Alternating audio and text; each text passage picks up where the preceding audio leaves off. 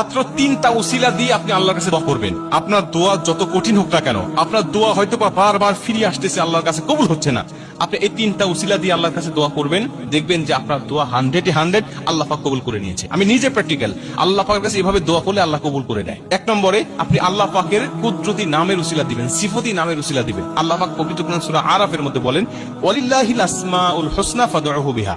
আল্লাহ বলছেন, যখন তুমি আমার কাছে দোয়া করবে তখন আমি আল্লাহ পাকের নাম ধরে ধরে, সিফতি নাম ধরে ধরে দোয়া করো। কারণ আমি আল্লাহ পাকের নামের মধ্যে এমন কিছু নাম রয়েছে যেই নামগুলো ধরে আমার কাছে কেউ দোয়া করলে আমি আল্লাহ সেই দোয়া ফেরত দিতে জানি না।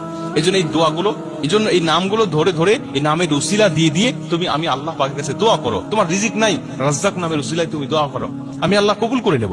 তোমার রিজিক নাই, তুমি আমাকে ওয়াহাব নামের উসিলা দিয়ে দোয়া করো, আমি দানকারী, আমি আল্লাহ পাক তোমাকে রিজিক দান করে দেবো। তুমি বিপদগ্রস্ত, আমি আল্লাহ পাকের বিভিন্ন নাম রয়েছে বিপদ থেকে মুক্তি দেওয়ার মতো, এই নামগুলো ধরে ধরে দোয়া করো। তুমি কি চাও ওই রিলেটিভ নাম আমি আল্লাহ পাক রেখে দিয়েছি, আমি আল্লাহ পাক ওই নামগুলো ধরে ধরে তুমি দোয়া করো, দেখবে যে তোমার দোয়াটা কবুল হয়ে গেছে। এটা হলো 1 নম্বরে। 2 নম্বরে আপনি নেক কাজের উসিলা দিয়ে আল্লাহর কাছে দোয়া করবেন। মানে আপনি যত নেক কাজ করেছেন, ভালো আমল করেছেন, আমলে সলেহ করেছেন, যেটা মানুষকে দেখানোর জন্য নয় আল্লাহকে দেখানোর জন্য করেছেন, আল্লাহকে খুশি করার জন্য করেছেন, ওই নেক কাজের উসিলা দিয়ে আপনি আল্লাহ পাকের কাছে দোয়া করবেন। আল্লাহকে বলবেন, আল্লাহ আমি ওই যে কাজটা করেছিলাম আল্লাহ তোমাকে দেখানোর জন্য করেছিলাম, তোমাকে খুশি করার জন্য করেছিলাম, আল্লাহ ওই কাজটা যদি তুমি কবুল করে থাকো তাহলে আজকে তুমি আমার দোয়াটা কবুল করে নাও।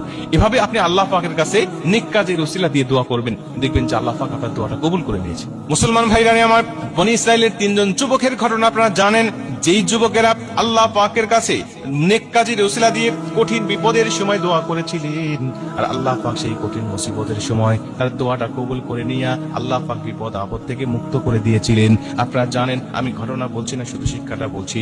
বনী ইসরাইলের 3 জন যুবক যখন রাস্তা দিয়ে হেঁটে হেঁটে যাচ্ছিলেন, প্রতিমধ্যে যখন বৃষ্টি শুরু হয়ে গেল, ঝড় শুরু হয়ে গেল, তারা একটা পাহাড়ের পাদদেশে তারা আশ্রয় নিলেন, এবং এই পাহাড়ের পাদদেশে আশ্রয় নেওয়ার কারণে উপর থেকে পাথরের একটা খন্ড এসে পাহাড়ের মুখটা বন্ধ হয়ে গেল।